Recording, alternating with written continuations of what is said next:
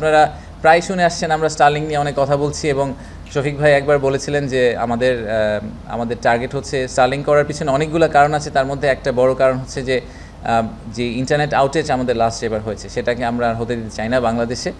In fact আমি গত 2 সপ্তাহ আগে যখন লন্ডনে গিয়েছিলাম, ওখানকার যারা রিটেইলার আছেন, যারা বাংলাদেশ থেকে অনেক গার্মেন্টস অ্যান্ড টেক্সটাইলস অর্ডার করেন, তাদের একটা ছোট্ট জায়গায় ওনারা খুবই আসলে একটা চিন্তার মধ্যে পড়ে গিয়েছিলেন যখন 1 সপ্তাহের জন্য বাংলাদেশ হঠাৎ ম্যাপ থেকে ভ্যানিশ হয়ে গিয়েছিল, সো ইন্টারনেট যখন চলে গিয়েছিল। সো এইটা we cannot let that happen.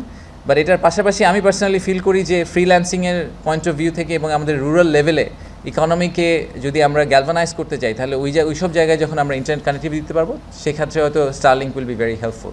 তো এটা নিয়ে আমরা অনেকগুলো সংস্থাই একসাথে স্টারলিংকের সাথে কাজ করছি, আপনারা জানেন। তো আমরা ডেমো ডে হিসাবে 9 তারিখে আমরা স্টারলিংককে ইউজ করব। সো ইনভেস্টমেন্ট সামিটের যে প্ল্যানারি ইভেন্ট, মেইন ইভেন্ট যেটা হবে ইনগ্রেশন সেরেমনি, সেটা উইল বি এয়ারড লাইভ, ফেসবুক, সব ধরনের সোশ্যাল মিডিয়াতে আমরা এটা লাইভ এয়ার করব।